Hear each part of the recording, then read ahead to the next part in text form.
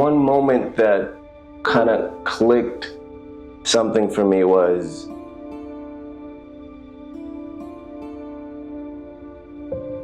I was doing laps on my own once, and it was 3 lanes, and someone was to my left and someone was to my right. And I get to the other side of the pool, and this man, we're watching this woman who's swimming right next to us, and she's just flowing, like barely using any effort, barely touching the water, and doing endless laps, gracefully. Hold, and then switching. Splash your toes, 30 seconds. He asked her, hey, how do you do that? It feels like you're barely touching the water, you're not out of breath.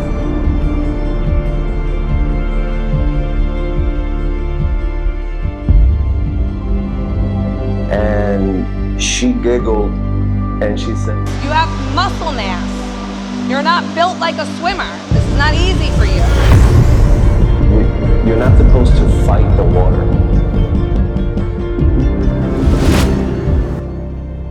You're supposed to be one with the water.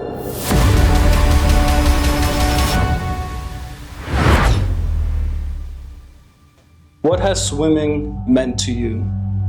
It was something elusive for a long time.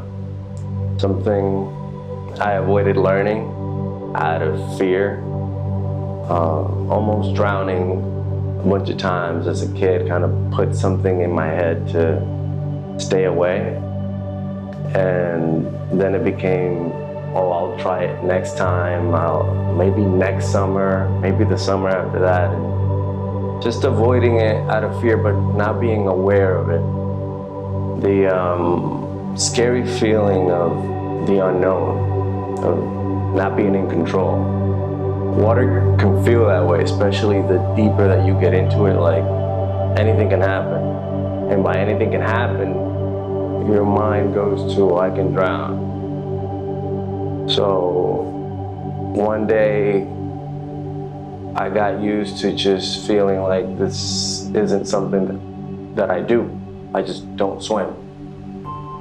For children 4 and under, it's the leading cause of death is drowning. For kids 14 and under, it's the second leading cause of death. So getting your kids in swim lessons reduces that risk by 88%. But if you can't swim, you can't save your own life. What made you change your mind about swimming?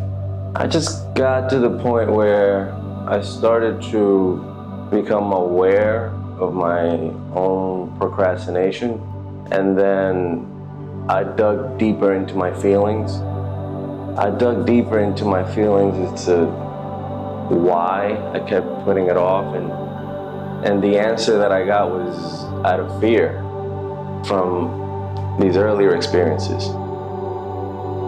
And once that became clear to me, I know I had to start making different choices and attack it. The only way to grow was, and to leave these experiences behind, was to find my peace in it, to find my comfort and embrace being in the water. Swimming for me has been a lifelong journey. When I was 2, my parents bought a house that had a pool, so they put me directly in lessons, and I took to it, and it wound up being my sport. I swam year-round, every single day, 6 days a week, 2 hours a day. I just absolutely fell in love with what I was doing, and I knew that I could do it for the rest of my life.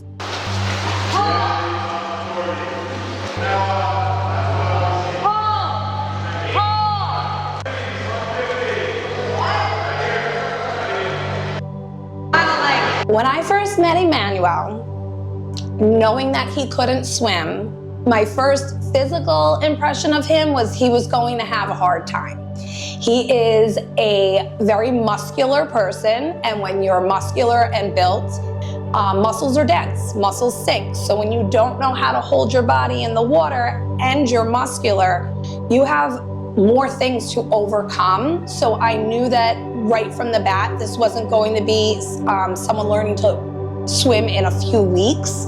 It was going to have to take time. It was going to take commitment. It was going to take patience and dedication. And though I didn't know that right from the bat with him, after a few weeks, I knew he was serious. This was something that he really wanted to do. This wasn't easy for him. He couldn't even hold his breath and go underwater when we first started. But I knew that he had the drive.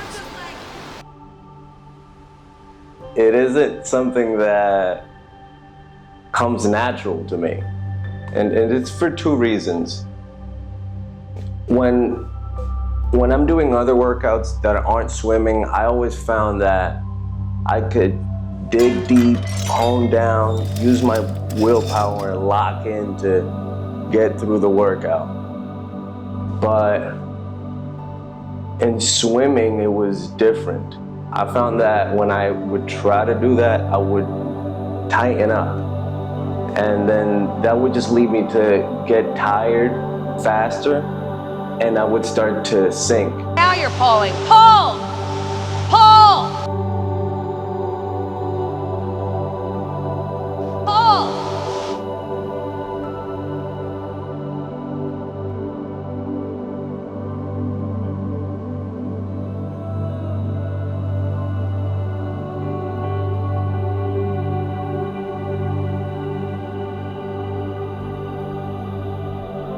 Do you feel the difference?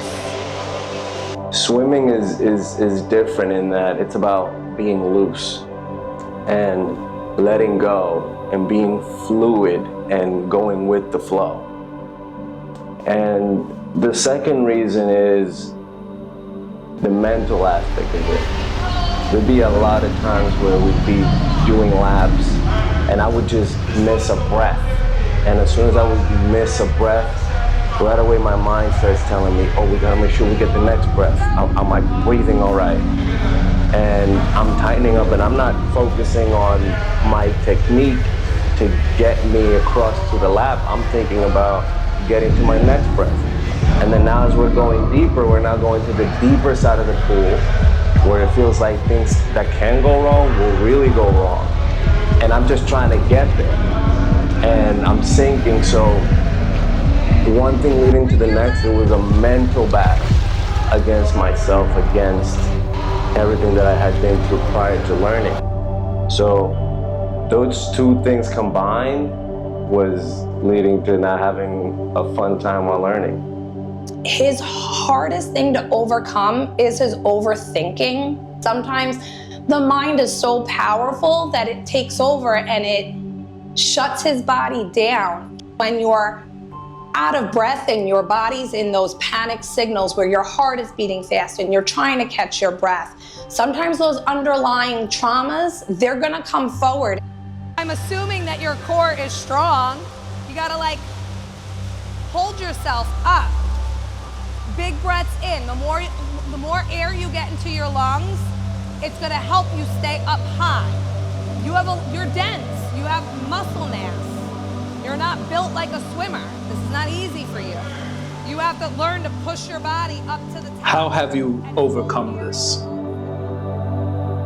Sticking to the promises you made to yourself before the feelings of it come in. What I mean by that is, I made a promise to myself to learn before, and then now I feel like I don't want to keep going. So you have to stick to your promise that you made beforehand. Watching him overcome those moments of nervousness and fear and anxiety, it really is so amazing to watch him be able to center himself and then to keep going.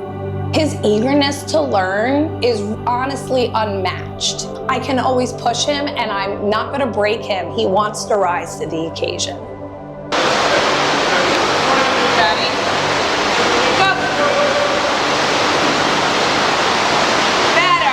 She's tough and she has standards on how she feels like she should be able to do things.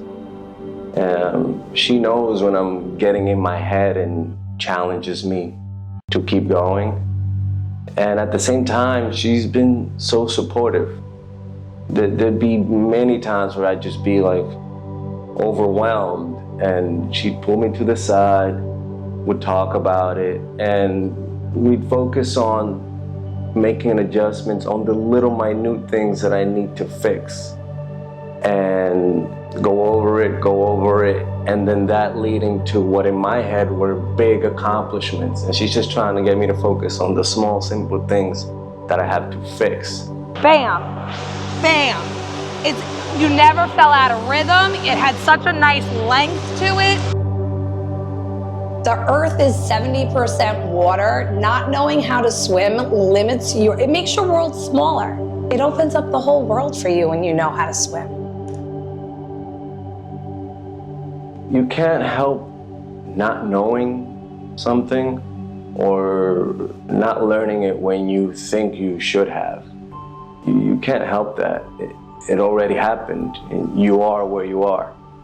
It's like making a mistake that you really didn't mean to. The saying goes, when you know better, you do better. What you can do is decide that I'm gonna put my best foot forward and apply the lesson to get me to where I really wanna go. And that's in the moment, here and now. One of my favorite sayings is, one day or day one. One day or day one. It's really up to you. You know, if we're not in this life to have an open mind, to learn, to embrace new things, to embrace new challenges, take risks, take chances, push ourselves, be open, keep learning, then we're kind of limiting ourselves, right? So we can't change what has been and we can't go back, but we can learn from it. So let's change what we still can.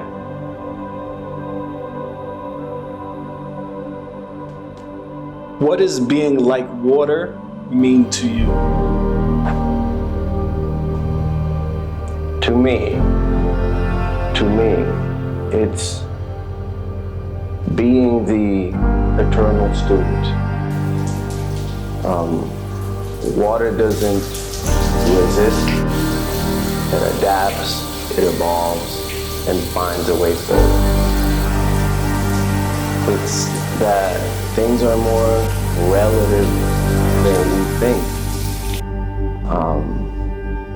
To not be as rigid in our thinking or in our thoughts, because it'll limit your perspective. It's like the universe is ever changing, and a more fruitful approach is one that is flexible, tangible, that allows us to flow, to embrace new things, different ideas, different people, different thoughts, different experiences. Empty your mind. Ready, Be formless, set, shapeless, like water. go.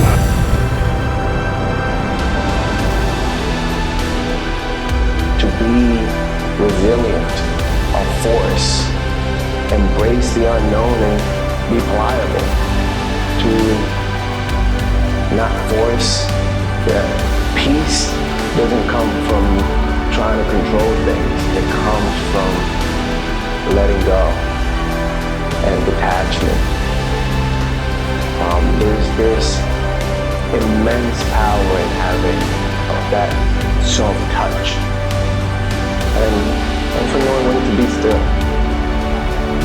And things come and go. Emotions come and go.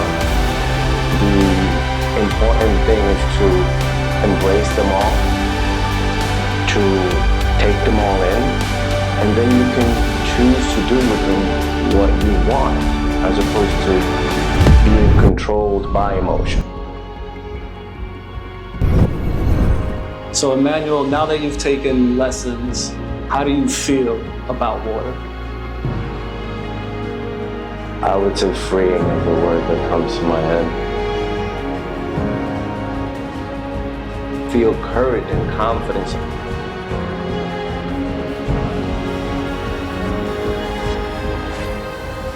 I don't have to be a slave to things that have been holding me back.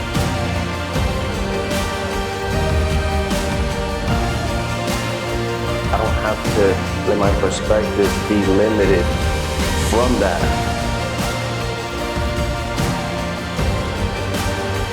I can choose to go a different way. I can choose to adopt new habits, thoughts, and thinking that'll lead me to be a better person.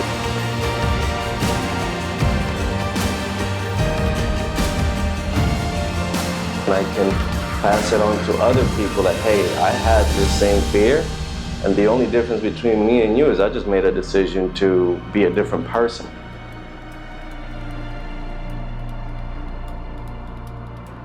Be water, my friend.